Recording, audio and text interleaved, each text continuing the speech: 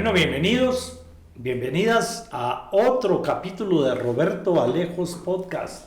Ya saben, ¿verdad? Ya saben. No se vale que no llegue hasta el final. No se vale que no lo comparta. No se vale que no se suscriba si es primera vez que nos está viendo o nos ve pero no se ha suscrito. Solo hay que presionar ahí donde aparece la campanita. Además, para que le avise cada vez que subimos un capítulo, que normalmente es una vez a la semana.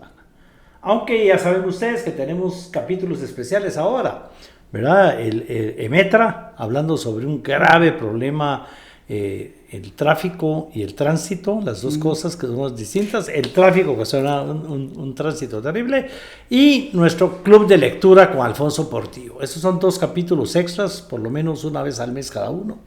Y ahora tratando precisamente de manejar esos temas, según yo, saliéndome un poquito de la política, ¿verdad? De descansar un poco de tanto tema, sobre todo ahorita que estamos en esas elecciones de segundo grado, no logramos de alguna manera poder explicar que las comisiones de postulación postulan para que el Congreso, de casi 200 personas, pasaron 100 y pico, de esas 100 y pico 20, ahora el Congreso tiene que escoger de esas 20 para magistrados titulares y suplentes al Tribunal Supremo Electoral, pero al mismo tiempo votando para elegir magistrados de Corte de Constitucionalidad. Tiene que elegir el Presidente de la República, el Congreso de la República, la Universidad de San Carlos, la Corte Suprema de Justicia, el Colegio de Abogados, en fin, son 5 representantes, incluyendo, ¿verdad?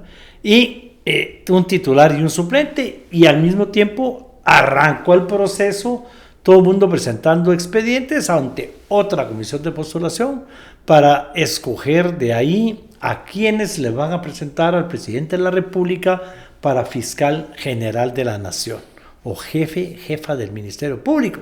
Al fin se va doña Consuelo en ese tema, en ese pleito, para bien o para mal, para lo que ustedes quieran, depende de qué lado esté. Y entonces digo, separémonos un poco de esto tan complejo, porque además ya viene la Universidad de San Carlos, ya arrancó el proceso para elegir rector, acusado de fraude, de haber asaltado la Universidad de San Carlos, y después viene Contralor General de Cuentas.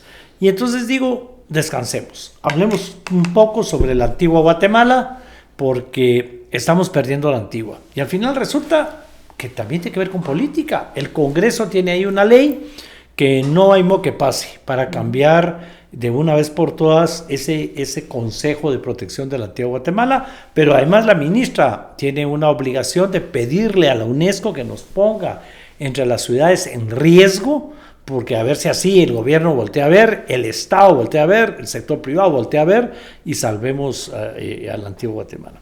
Decido hablar del agua y del INFOM, del Instituto Nacional de Fomento Municipal, y resulta que el tema del agua pues es la peor ley desde que la aprobamos los constituyentes, el artículo, desde que no la hemos podido pasar, me incluyo, entre los que hemos fracasado en ese tema, y ahora pues más politizada que nunca. Ahí está el tema, y es otro tema que tiene que ver con la ley.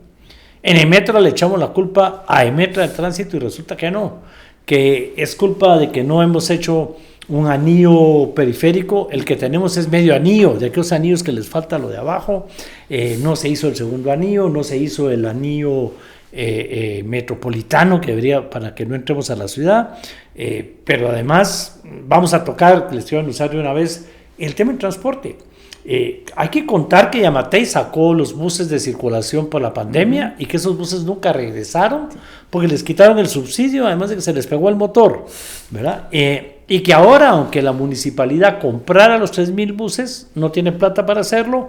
¿Y se subiría usted un bus? No, por la violencia. Nadie quiere usar el transporte, es un tema complejo, ¿verdad? Y entonces digo yo, quiero hablar de un tema que a mí particularmente me interesa mucho, me incluye mucho: enfermedades raras, ¿sí? Entonces hoy tenemos una invitada especial, ¿verdad? Patricia Luki es el apellido. Ya hablamos fuera de cámaras que es Luski, de origen polaco, pero que en buen castellano, para evitar complicaciones, se ¿verdad? pronuncia Luki. Luki, ¿verdad?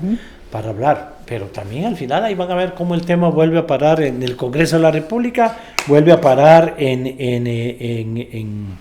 leyes pendientes, en políticas de Estado, y otra vez no podemos dejar de hablar del tema político. Pero empecemos, Pati, ¿verdad? Porque uno tiende a decirle Luqui, ¿verdad? Patricia, ¿a quiénes no le gusta? Tengo una mi amiga que no le gusta que le digan Pati, hay que decirle Patricia, ¿verdad? Patricia, pues, ¿cómo estás? Bienvenida. Gracias por aceptar venir a charlar con nosotros, a tomarnos una tacita de buen café. Eso se toma bien en Guatemala. Todavía está la incógnita de qué café tomamos aquí, ¿verdad?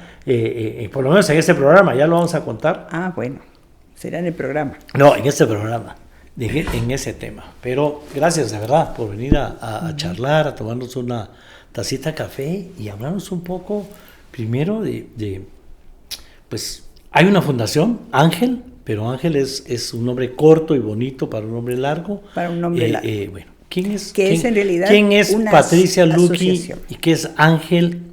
Antes de empezar a platicar de qué son las enfermedades raras. Empecemos. Es largo como mi vida. Bueno, comencemos. Patricia Luqui llegó a Guatemala en 1984. ¿Quién soy? Es interesante porque ¿qué es una persona? Pues se puede decir qué es lo que hago. Soy doctora en desarrollo sostenible, me especializo en gestión de conocimiento y transformación digital, trabajo con pequeñas empresarias, trabajo con digitalización, pero además tengo una condición que se conoce como una condición rara, es una enfermedad genética que se llama síndrome de Gaucher. Y eso me ha llevado a involucrarme con todo lo que tiene que ver con salud pública, con las enfermedades raras específicamente, porque salud pública es un tema demasiado amplio, pero que sí tiene que ver con el sistema general. Las enfermedades raras son el 7% de las enfermedades conocidas. O sea, 7% de la población tiene una enfermedad rara. En realidad, enfermedades conocidas son alrededor de 14.000, de las cuales 7.000 son raras. O sea, las enfermedades raras son un 50%. ¿Por qué se les dice raras? Yo personalmente odio que le digan raras, pero así es como se las conoce. Prefiero decirles de baja prevalencia. Porque son enfermedades que afectan a una persona en 2.000.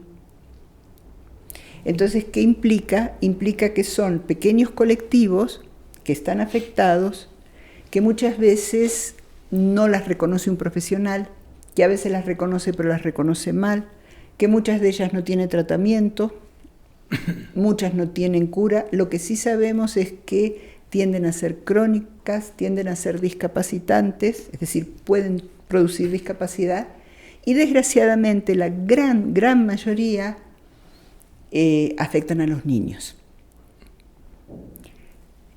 Entonces, donde más se puede identificar este tipo de enfermedades es en las pediatrías. Ajá. Y a veces se confunden con enfermedades congénitas, que son las que lleva un niño al nacer, pero no necesariamente son así. La gran mayoría, 87%, pues los números siempre suenan bien, sí. 87% de esas condiciones, alrededor de unas 6.000, son genéticas. Ya vienen en el disco duro, digamos, ya vienen con nosotros, ya están en nuestra... Porque tendemos a pensar que todos somos perfectos. Bueno, mi mamá siempre decía que yo era perfecta, pero en realidad todos tenemos alguna imperfección que no necesariamente nos va a afectar en la vida, pero hay un grupo que sí puede ser afectado por estas condiciones genéticas. Hay que saberlas diagnosticar, cuando se puede saberlas tratar, y como nosotros afirmamos en Ángel, Asociación Nacional Guatemalteca para las Enfermedades Lisosomales y de Baja Prevalencia, las personas que vivimos con una condición, al fin de cuentas somos personas, no somos enfermos. Y las personas viven en una familia, viven en una comunidad, necesitan trabajar, necesitan educarse. Entonces, cuando hablamos de salud, tenemos que pensar en esa definición que tiene la OMS sobre la salud y dice, estar saludable no es no tener una enfermedad, es vivir bien. Y ahí entramos entonces a un punto de por qué es importante visibilizar que existen estas condiciones. porque muchas veces una familia, sobre todo las mamás, también los papás, pero las mamás son las que tienden a hacer más la lucha, quieren cuidar de sus hijos. Y un médico estudia medicina porque quiere curar y se preocupa por sus pacientes, pero ¿qué pasa cuando no hay diagnóstico? ¿Qué pasa cuando no tenemos los laboratorios para hacer las pruebas? Cuando hay que golpear puertas, por llamar así, si el promedio de diagnóstico de una enfermedad rara es 7 años, y en Guatemala yo me atrevería a decir, no tenemos registros exactos, pero yo me atrevería a decir, por lo que he hablado con genetistas, que estaríamos en 10, 12 años, pero muchas de estas enfermedades perdemos al paciente a los 2 años, a los 3. Por falta de diagnóstico, por falta de tratamiento, por falta de medicamentos. Exacto. Y algo que a mí me preocupa, y vamos a profundizar en el tema, es por desconocimiento. Definitivamente. Con muchos de los temas en este país, ¿verdad? Y desconocimiento del público. Y dejadez. Bueno, dejadez podría ser, pero a veces a mí me ha tocado ver consultas en lugares públicos o aún consultas en la medicina privada. Porque a veces decimos el sistema de salud y el problema es el hospital cual o el hospital tal, o es el ICS. Sí, hay problemas, y no lo voy a negar. Pero yo puedo decir que en la medicina privada tenemos el mismo problema. Tenemos un problema de educación, un problema de conciencia, un problema de... hay médicos muy buenos que constantemente se están actualizando, otros no tanto, otros que les da miedo. Y por el otro lado vuelvo, este no es solo un problema de salud, es un problema también social, es un problema educativo, es un problema económico. Conversábamos y ese caso, a mí me han llegado, algunos casos me llegan al alma. El caso comentábamos de esa señora que me llama y me habla de su hijo con anemia plástica, que había tenido el tratamiento en el ICS, pero que cuando cumplió cierta edad dejaron de darle sus transfusiones, necesitaba transfusión. Y lo que necesitaba era una medicina para evitar intoxicación en las transfusiones por hierro, que le costaba en ese momento 5.500 quetzales. La señora me decía, entre mi marido y yo ganamos 8.000, más alquiler, entonces o le doy de comer a mis hijos o compro la medicación. Entonces acá entramos en un problema de ese tipo de presiones que tiene la familia, que tienen los hermanos, que tienen los papás, cuando se enfrentan a este tipo de enfermedades que son crónicas. Ese caso no siempre es así, pero en ese caso sí había un tratamiento que permitía que ese joven, que hoy ya es un joven que trabaja, estudia, porque ese es otro punto importante. Cuando se puede tener un tratamiento, que no todos los tratamientos son caros, algunos sí, vamos a hablar de eso, pero hay tratamientos que lo único que necesitan, que no es que sea tan sencillo, pero que sí necesitan una mejor valoración, un mejor diagnóstico, y muchas veces tenemos las herramientas, pero no las conocemos. Bueno, las personas que nos siguen en estos programas me gritan en la calle, para hacer el amor con tranquilidad y responsabilidad, ¿verdad, Lic? Sí, les digo yo, Masculán, un preservativo alemán de mucho prestigio, nuevo en el mercado, fácil de encontrarlo en sus tiendas de conveniencia y en sus farmacias. Voy a dar otro ejemplo. También fue hace unos años, ahora ya es no una señorita, tiene 6 años.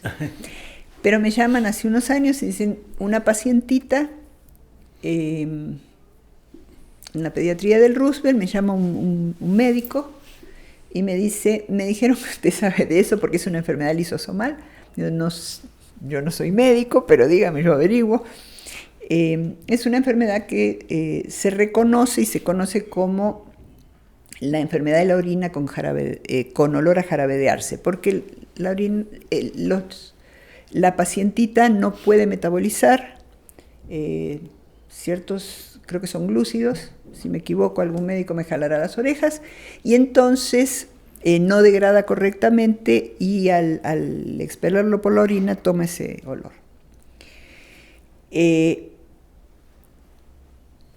es un paciente que puede vivir feliz y contenta toda la vida, pero no puede comer determinados alimentos y tiene que alimentarse de otra manera. En este caso no podía tomar lactancia materna y no podía tomar tampoco fórmula normal.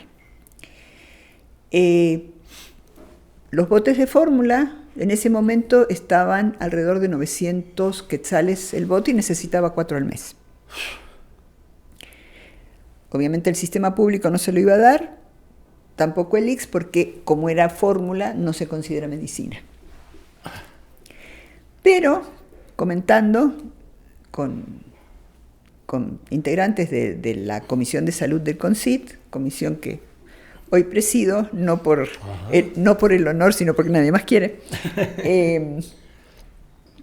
me dicen, hay una doctora Velázquez, que justamente trabaja en ese tipo de casos y nosotros creemos que podríamos hacerle una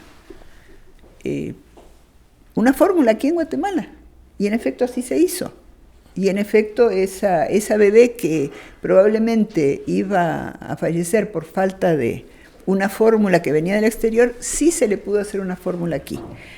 A lo que voy es que muchas veces dependemos mucho de ese conocimiento que viene de afuera y no sabemos todo lo que podemos hacer aquí o no creamos conocimiento local.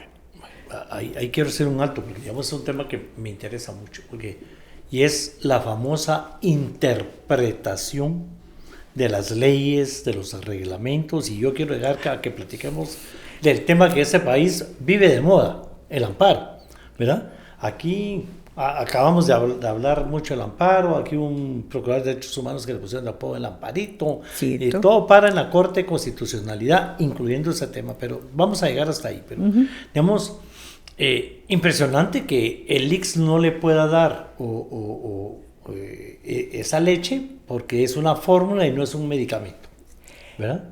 A ver, y acá viene un poco una discusión que tuve con algún abogado del ICS. En algún momento yo fui catedrática de una maestría en Administración de Seguridad Social y teníamos esas discusiones con los alumnos. Yo no soy abogada. Felizmente. Es de todo un poco por lo que veo. ¿Ah? Pero abogada, sí. No. Pero yo recuerdo que había un señor que se llamaba Kelsen. Y que hay algo así como, en las leyes tiene que haber algo así como una categoría, digamos. Ajá. Y yo no me explico cómo un reglamento puede estar por arriba de la ley. Sí, no puede, ni debe.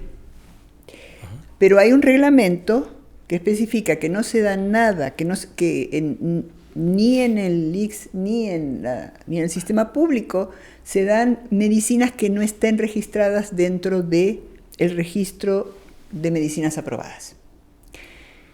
¿Por qué? Porque también ahí tenemos una visión filosófica.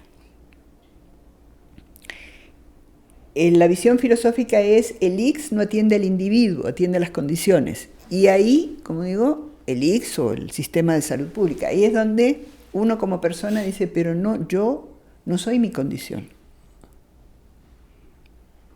Yo soy una persona. Ajá. Que puedo ser un profesional, que puedo ser una persona para la comunidad, para mi familia. Entonces, ahí tenemos un problema de carácter filosófico. Si el reglamento dice que lo que se atienden son solo las condiciones y tiene que haber un mínimo aceptable para hacer volumen, entonces solo se van a atender aquellas enfermedades de alta prevalencia. Ajá. Pero entonces vamos a tener un problema. ¿Qué pasa si una enfermedad de repente era de alta prevalencia y pasa a ser de baja o viceversa? Entonces existe un concepto que es el de la tecnología médica, que puede trabajarse de distintas maneras, porque echa la ley, echa la trampa, pero acá no la aplicamos. Donde debería haber una evaluación realmente de las condiciones. ¿Se puede hacer? Sí, se puede. ¿Se debe hacer? Sí, se debe. ¿Se hace? No, porque otra vez entramos a ese enjambre y maraña de reglamentos, etc. Aquí me da una atención porque, digamos, a mí ya no me gusta seguir hablando de este tema, pero hay que seguir hablando del tema de la corrupción, ¿verdad? Cuando conviene, hay una interpretación para hacer una compra o para hacer una venta o para lo que sea, y se interpreta y el juez le para dando la razón al fulano o a la fulana de que interpretó la ley de esa manera. Pero cuando el tema no es un negocio, sino al contrario, es un problema porque los pacientes son pocos, ¿verdad? Entonces nadie se toma la molestia en interpretarla a conveniencia del ser humano, de la persona. Sí, ¿verdad? a ver, hay una constitución. Aquí, digamos, por ejemplo, quiero poner, aquí hay personas que están libres, ¿verdad? Y habiendo sido acusadas de unos delitos increíbles. Yo conozco 2 personas que están condenadas porque le pusieron las llantas de un vehículo a otro vehículo. Y eso está prohibido por la ley, ¿verdad? Porque eran las llantas que se compraron para ese vehículo, no se puede usar en el otro, ¿verdad? Conozco uno que está preso porque le puso gasolina a su vehículo, que es particular, y la gasolina es solo para los vehículos del Estado, por ejemplo. Bueno, ahí podríamos hacer un montón de filosofía, pero entonces necesitamos no 45, sino necesitamos algunas horas. Horas, días. Sí, ¿cómo se interpreta? Sí, porque hay varios aspectos ahí. Tenemos la parte legal, cómo se interpreta la ley, la hermenéutica y toda una serie de cosas. Pero digamos, si lo vamos a poner aterrizado, se supone que la ley se hace, yo no soy diputada y menos constituyente, pero se supone que las leyes se hacen en función de garantizar el bienestar de las personas dentro del Estado. Y se hace también para ordenar. Y en ese sentido, yo sé que a veces alguna gente me dice, pero entonces vos ¿con quién estás?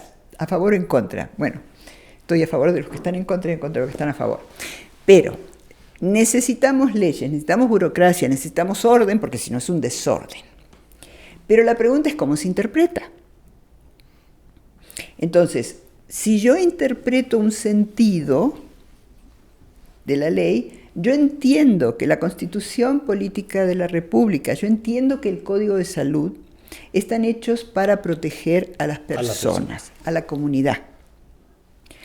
Pero por el otro lado, es mucho más fácil y más cómodo también, porque también hay ciertas personas que se protegen. El propio funcionario. Claro. Entonces, a ver, si acá dice punto y coma, yo quiero que diga punto y coma, porque de esa manera nadie me puede acusar a mí de nada. Y entonces voy derivando la interpretación hasta llegar a los máximos tribunales, y ahí es donde nos enfrentamos con que nos amparamos hasta porque nos dio muy claro el sol. Sí, claro. Aquí todo es un amparo. Después peleamos con la Corte de Constitucionalidad. Exacto. Y somos nosotros la que la mantenemos involucrada en todos los como hablamos del tráfico. Ajá. El otro día estaba escuchando en una presentación, justamente, lo hacía Metra, y decía, el tráfico al final somos nosotros. Sí. O sea, el que se va a subir a un auto, una bicicleta, una moto, va a ir caminando y va a tomar esa decisión si va a salir a cierta hora o no, o cómo va a seguir la reglamentación, al fin de cuentas somos las personas. Pero necesitamos otra vez ese orden. Entonces acá, ¿qué es lo que tenemos? Lo que tenemos es que hay una interpretación donde el reglamento dice esto es lo que puede ser y esto no, y es mucho más fácil para el funcionario atenerse al reglamento. Entonces acá tenemos 2 factores o 3 factores que nos pueden jugar un poco en contra y que tenemos que tener cuidado, porque el tema corrupción es muy fácil decir todo corrupción. Algunas cosas serán así, pero otras no necesariamente, y no es que esté defendiendo a nadie, que conste. Lo digo porque a veces yo interpreto que a veces el funcionario, no todos, también es defensivo. Dice, bueno, el artículo tal del reglamento dice tal cosa, y si no, el Contralor de Cuentas exacto, bien, le va a meter una denuncia. Entonces, se murió el pobre cristiano, judío, musulmán o no sé, o sintoísta, lo siento mucho, pero yo necesito defender mi sobrevivencia en el sistema. Entonces, puede llegar a pasar esto. Por el otro lado, ¿por qué se llega, en el caso de la salud, a judicializar? Ajá. Entonces tenemos por la negativa porque dice el reglamento.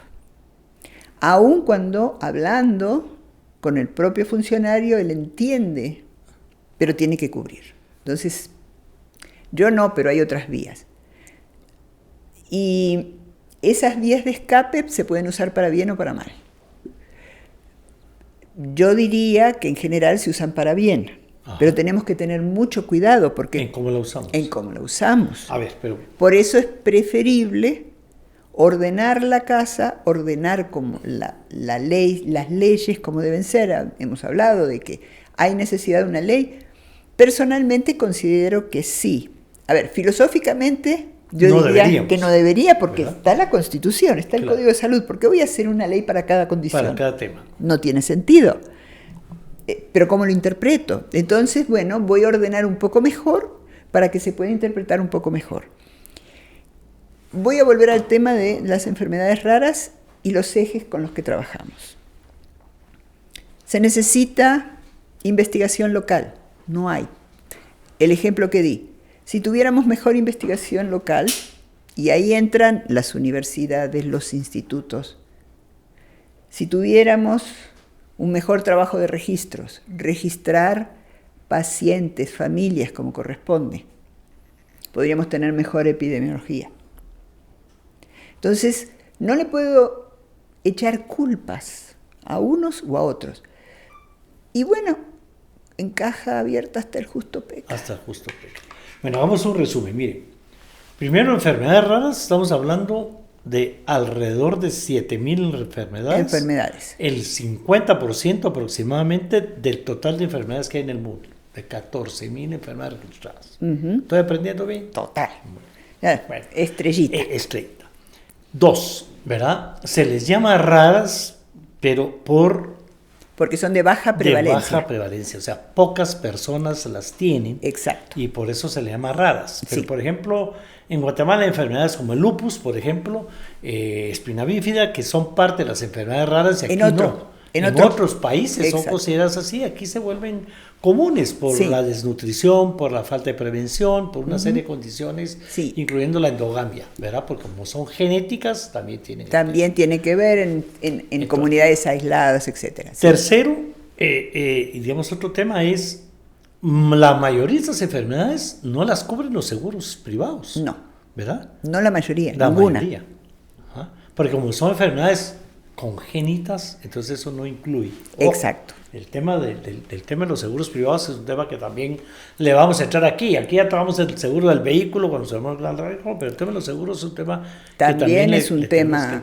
Entonces, la gran mayoría de aseguradoras o de seguros no las cubren. Los seguros locales no las cubren. No las cubren. No. De ahí, por el otro lado, el Estado.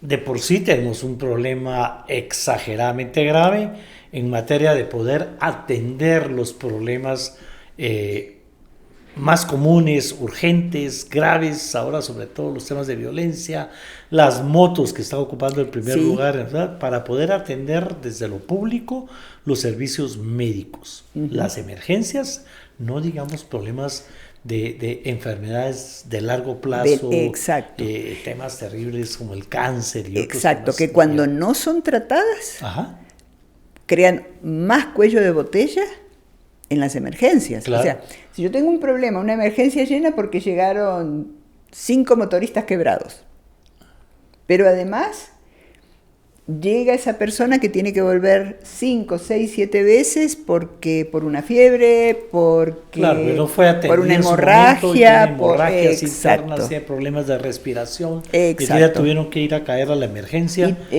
Y a veces son atendidos casi al final porque los que tienen sangre llaman más la atención y son más atendidos que al que le cuesta respirar o al que tiene una hemorragia interna que no se le ve o un terrible dolor de cabeza. Porque eso se entiende, en la emergencia hay que hacer un triage, tienen que ver el que está en peligro y puede ser salvado es el primero que hay que atender, el que está ahí. De ahí tenemos el otro problema y es cuando el Estado atiende, se logra que se atienda, tiene límites, ¿sí? Como hasta aquí no, porque eso no me lo permite el reglamento.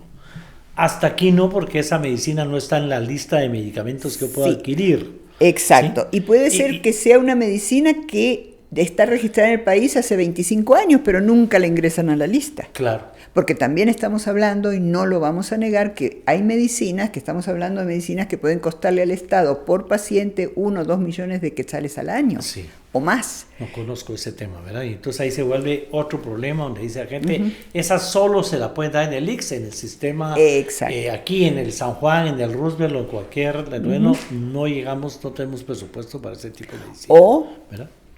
no se puede dar en Patén, no se puede dar porque digamos que de repente sí se puede dar en el ICS o se puede dar en el Roosevelt, pero entonces la familia vive en... Tenemos el típico caso que también en todas las enfermedades donde solo en la capital... Solo en los hospitales de referencia, pero entonces eso implica que si una mucopolisacaridosis que necesita una terapia de reemplazo enzimática semanal, normalmente se identifica en niños, o sea, es en la etapa de infancia, y si se comienza en la infancia, pues hay un pronóstico más o menos bueno para la persona.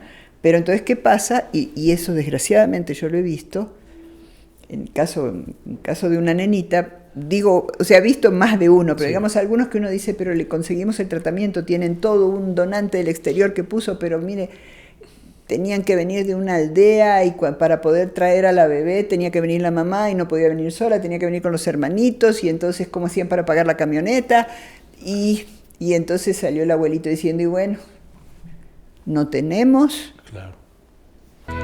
Yo no sé si me he explicado bien en el tema de Anestil Gotas, un producto que es fácil de encontrar en las farmacias. Anestil Gotas detiene el dolor de muelas, el dolor de oídos, dos de los dolores más grandes, más fuertes, a pesar de la sencillez que pareciera que son. Esto es para detenerlo definitivamente o mientras logramos ir al médico si la cosa es grave. Anestil Gotas, fácil de encontrar en sus farmacias. Aunque estén en el lugar, ¿verdad? Ya vimos que con 2 salarios mínimos, el padre y la madre, no alcanza ni para cubrir el presupuesto familiar, menos para meter una medicina que puede estar costando 3.000, 4.000 quetzales. Y eso, 3.000, 4.000 quetzales en cierto tipo, y las otras que son de millones. Y entonces también, porque a veces dicen, ¿qué es una población vulnerable? Pues estamos acostumbrados a pensar que la población vulnerable es una población poco educada, con bajos ingresos, pero estamos hablando a lo mejor, papá, mamá trabajan en un banco, estoy pensando en un caso, voy pensando y me acuerdo de casos. Papá trabaja en un banco, mamá cajera de otro banco de la competencia porque no pueden trabajar en el mismo, tienen una bebita con mucopolisacaridosis tipo 4, tienen seguro, pero el seguro no les cubre. Ellos viven en la costa, tenían que venir a la capital. Sí, efectivamente hicieron sacrificios, vinieron, pero hubo que entrar a esos procesos de judicialización porque no había quien le diera el tratamiento. Pero aparte, o sea, hay varias cosas. Estamos en el tratamiento. Yo tengo también, ahora lo voy a decir, quizás alguna gente se va a poner un poco brava conmigo. Yo odio esas campañas de ayúdeme porque necesito tanto para el tratamiento o ayúdeme porque necesito una operación. Ninguna persona tendría que estar pidiendo ayuda. Claro. Porque no importa la condición, no tenemos que vivir de beneficencias. Y yo creo que toda persona le aporta a la sociedad. Bueno, habrá algún sociópata que no lo haga, sí, pero en general las personas aportan, tienen un valor y no implica, no implica el hecho de que tenga una condición, una enfermedad rara, una enfermedad genética que no le pueda aportar a la sociedad. Ya por el solo hecho de que tiene una familia que lo ama, que lo quiere y que es su alegría, ya le está aportando. Sí, bueno, aquí, aunque hagamos propaganda, por decirlo de alguna manera, pero con un Tortrix que alguien compre está pagando el IVA, el impuesto y todo lo que eso requiere. O sea, que todo el mundo contribuye a la sociedad. Algunos hasta sin salario, algunos que sin poder comprar suficiente para la comida. Sí. Y además, constitucionalmente es obligación del Estado. Esta es la primera constitución de nuestra historia, que esperamos que sea la última constitución de nuestra historia, que empieza por la persona. Sí. Todas las demás constituciones empezaban por el Estado, la organización del Estado, y después hablan de la persona. Esta es totalmente enfocada en los derechos humanos, en la definición del ser humano, sus derechos individuales, colectivos y sus obligaciones. Y hasta después entramos a definir el Estado. Bueno, pero miren, qué terrible que aquí nos vivimos quejando de la judicialización del país, ¿verdad? Y hemos hablado de cómo nosotros los políticos hemos judicializado la política. Y la salud. ¿Verdad? Y es que perdemos una votación en el Congreso de la República y metemos un amparo. ¿Verdad? A mí me encanta ese amparo que encuentro de lo más ridículo porque el secretario que iba a llevar la sesión se metió por una ventana, por un balcón, antes de que abrieran las puertas y la Corte obligó a repetir la sesión porque además no era... Metemos a la Corte en todo. Pero es triste ver que la tenemos que meter en este tema, que si no fuera por el apoyo y la ayuda de la Corte, que este es uno de los mejores ejemplos de para qué fue creada, ¿verdad? Es decir, no me quieren atender, no me quieren dar el medicamento y entonces presentamos un amparo ante la Corte de Constitucionalidad y es la Corte la que obliga al Estado a cubrir. Bueno. Que eso es lo positivo, pero también tenemos el hecho de que la Corte, digamos, es un corte en el tiempo y el espacio. Entonces dice, bueno, en este momento necesita esto, pero cuando tiene que cambiar, ¿qué hacemos? Ahí necesitamos el criterio médico y no vamos a estar, ¿cómo podría decir? Yendo a la Corte cada vez que se necesita un cambio de tratamiento. Claro. No tiene sentido. Sí, porque el amparo está basado en temas jurídicos. Exacto. ¿Verdad? Entonces dice, sí, ustedes tienen la obligación como Estado de darle este medicamento a este paciente. Y si después cambia la dosis o cambia el medicamento, el amparo ya no vale. Ya no vale. Porque lo siguen al pie de la letra. Sí, porque es lo que manda el amparo. Y para llegar a otro amparo ante la Corte Constitucional habría que pasar por todo el proceso. Por todo el proceso otra vez. Entonces necesitamos la ley. Yo personalmente, o sea, podemos discutir, habíamos hablado de eso, yo odio la proliferación de leyes, pero sí creo que sí se necesita una ley para ordenar la casa. Y se necesita que sean los expertos quienes digan, o sea, no quiero decir que un abogado no sea experto, pero el abogado es experto en leyes. Sí. Entonces, desde mi punto de vista, la ley tiene que, de alguna manera, darle... no sé si es el término correcto, pero darle el poder de la acción y el control al que sí sabe. Al que sí sabe. Que tiene que ser un médico. Y ahí vendría otra discusión. ¿Quién es el médico idóneo? ¿Por qué digo esto? Porque muchas veces, inclusive, una doctora a mí me dijo, espero que no esté viendo el podcast, una doctora a mí me dijo, es que mire, no es mi especialidad. ¿Por qué viene conmigo? Entonces yo tuve que bajar libros y mostrarle que sí es su especialidad. Porque ya también tenemos ese punto. Entonces, la gran mayoría son enfermedades genéticas, pero hay un porcentaje que no.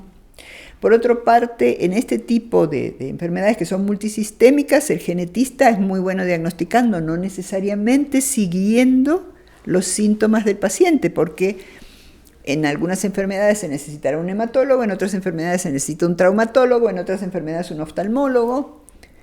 Yo me he pasado los últimos años de mi vida haciendo que lean. ¿Por qué? Porque hay enfermedades, no solo eso, yo por ejemplo agradezco mucho en el Rodolfo Robles porque hay enfermedades que en las pediatrías no han logrado diagnosticar, pero cuando van a hacer un diagnóstico oftalmológico, de repente el profesional o la profesional, estoy pensando en una doctora, dice, no, es que esto yo tengo sospecho, usted tiene que hacer un análisis genético porque yo sospecho que esto no es simplemente un problema ocular, hágase un análisis. Odontología. Los odontólogos piensan, no todos, que solamente de ver si tiene o no una caries. No, hay problemas digamos, de encías, etcétera, que pueden estar reflejando un problema subyacente. Hay mucho que hablar que eso, porque tiene que ver con la educación médica, y vuelvo sobre... Con la voluntad, otra vez la interpretación. Con la voluntad y la interpretación. Pero por eso hablamos de sistemas. Sí. Tenemos sistemas de salud, tenemos un sistema político, pero los sistemas van de alguna manera interconectados en un ecosistema que sería el Estado. Vuelvo por qué la ley. Primero porque la ley, tenemos un punto, y es que la ley reconoce la necesidad de trabajar cierto campo educativo, cierto campo de investigación, y también reconoce la necesidad de que los tratamientos tienen que ser, ¿cómo podría decir?, registrados, tratados, etcétera, de una manera específica para poder cumplir con las necesidades de esta población, que muchas veces hay tratamientos que son, digamos, de muy corto, o sea, o se aplican o se aplican. O sea, que no tenemos tiempo de estar pensando y yendo y viniendo si sirve o no sirve. 2, centros de excelencia y referencia. Por supuesto, tenemos 2 centros de referencia, como son el Roosevelt y el San Juan de Dios, que hacen realmente un enorme trabajo, un gran trabajo. Porque tampoco hay que decir todo es malo. O sea, sí se hace un gran trabajo. En el Roosevelt se hace un gran trabajo, en la pediatría se ha creado un centro de enfermedades genéticas, que hacen lo que pueden con lo que tienen. A eso voy, ¿verdad? La falta de recursos, la falta de apoyo legal. Exacto, pero se encuentran con estas barreras. Bueno, si necesito un tratamiento, no, porque no está en la lista. Si necesito un diagnóstico, ejemplo, dice el reglamento, tanto el reglamento de salud pública, y si me equivoco, aquí nos corrigen, ahí vamos a ver en los comentarios, no importa. Pero, para ser aceptado por el sistema público, sobre todo en el sistema público, no en el privado, se necesitan que el diagnóstico venga de ciertos laboratorios reconocidos por el Estado. Pero resulta que ¿cuántos laboratorios tenemos de categoría 4 que puedan hacer diagnóstico molecular? Sí. Bueno, hay que dejar claro aquí también el tema de que el registro de medicamentos es uno de los temas más cuestionables y manipulables, corrompidos, y es una cosa terrible. Sí, y es algo que y es algo que se podría realmente trabajar mejor. De otra manera. Pero, sobre todo por el estado del arte. Ahora yo no voy a hablar del estado de las personas. Sí. Pero la tecnología nos va corriendo mucho más rápido de lo que nosotros como personas y como instituciones nos vamos adaptando. Nos vamos poniendo al día. Pero bueno, cuando Evelyn Morataya estaba presidiendo la Comisión de Salud, ¿verdad? Que otra vez un proceso judicial se la quitó, y nuestro amigo Otto Seisi, que estaba ahí trabajando con ella, la ley por lo menos llegó a primera lectura. Sí, ¿verdad? Ya había una ley en un proyecto de ley en tercera lectura del año 2013 que pasó a tercera lectura en el 2016. Y ahí quedó engavetado. Y ahora está en primera. Sí. Algunos puntos, yo diría que un 60 o 70% son similares. Ha sido más actualizada. Esta propuesta es más actualizada. A mí me gustaría más actualización. Claro. Pero sí es más actualizada. Se actualiza el tema de dónde estaría alojado. Le da siempre, en la anterior no se le daba, digamos, ¿cómo podría decir? Tiene un nombre, a ver, se me olvidó, pero se le da, digamos, la responsabilidad al Ministerio de Salud, se crea una unidad específica, se crean centros de referencia, fue de las cosas que hablamos, porque en su momento decía un centro, nosotros como asociación de pacientes dijimos no, un centro no, aquí hay población también en otros lugares, necesitamos más, además son 7.000 condiciones, podemos trabajar, se crea un registro, la importancia de tener un registro, porque muchas veces cuando vamos con la política alta o baja, nos dicen, ¿y cuántos son? Claro, y hay que admitirlo, digamos, políticamente el tema dice, ¿y cuántos votos me va a dar esa ley? Sí, bueno, ¿verdad? Pero... Si entonces ahí es donde va tomando prioridad la ley y todo aquel llamado al Congreso de la República en ese sentido. Bueno, yo estoy como haciendo una lista y este año ya tomé la decisión de meterme de lleno, no a analizar y a criticar el Congreso, sino a trabajar de lleno en el Congreso por algunas leyes, como con la ley de aguas, la de cooperativas, esta ley, por ejemplo.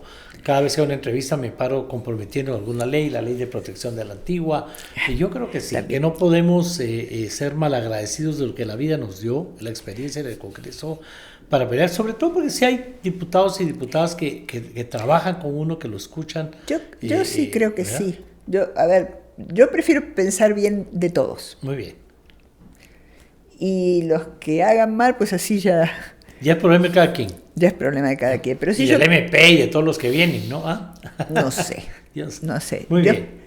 Pues entonces necesitamos hay que la tener ley. Esperanza. Ya va en primera lectura. Va en primera lectura. Digamos, para un poquito, digamos, ¿qué enfermedades son las más comunes? Entre las enfermedades raras, ¿cuáles son las más comunes?